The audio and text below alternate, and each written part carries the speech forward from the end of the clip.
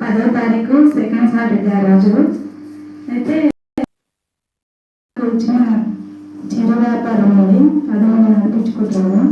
అయితే షాప్ దగ్గర ఏం జరిగిందంటే కొంచెం కన్స్ట్రక్షన్ చేస్తున్నాం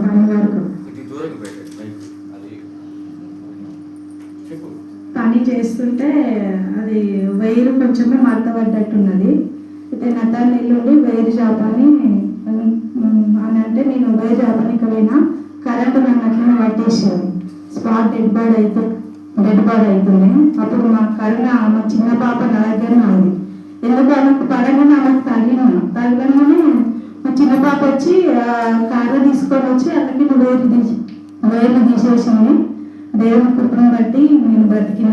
మళ్ళీ సండే రోజు మా నడిపాప రిబికాకి ఆమె వీక్నెస్ అయ్యి ఆహారం మంచిగా తీసుకోకుండా ఇక్కడ చర్చ అయిపోయింది. అన్నం తిన్న తర్వాత బయట అంట పడేయడానికే గోడ దగ్గరికి వెళ్ళిన తర్వాత పాపకి ఏమైనా కళ్ళు కింద పడిపోయింది, చేతులు కాళ్ళు వంకరైపోయినాయి.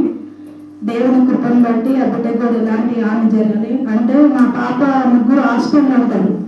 అదే హాస్టల్లో జరగకుండా దేవుని మందిరంలో దేవుడు మా బలహీనత మాకు చూపించిన దాన్ని బట్టి దేవునికి ఎంతో కృతజ్ఞతలు చెల్లిస్తున్నాం. అదే విషయంలో కుటుంబ ప్రార్థనలో మాది GHMC అయ్యింది. మా సర్కిల్ ఆఫీస్ అక్కడికి వచ్చింది. అక్కడ ఉన్న అధికారులు ఏం చేస్తారంటే పార్కింగ్ గురించి స్థలం చూస్తారు.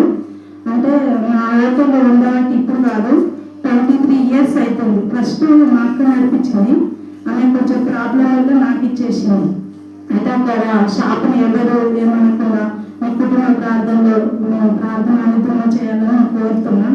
అదేవిధంగా మా ముగ్గురు పిల్లలు ప్రార్థనలు ఎదగాలి, దేవభక్తితో పెరగాలి. వాళ్ళ ఎడ్యుకేషన్ గురించి మీరు ప్రార్థన చేయాలి. మాకు ఇద్దరికి ఆరోగ్యాలు కూడా బాగాలేవు. మా కుటుంబ ప్రార్థనలో కూడా మా కుటుంబాన్ని గుర్తు చేసుకొని ప్రార్థించాలని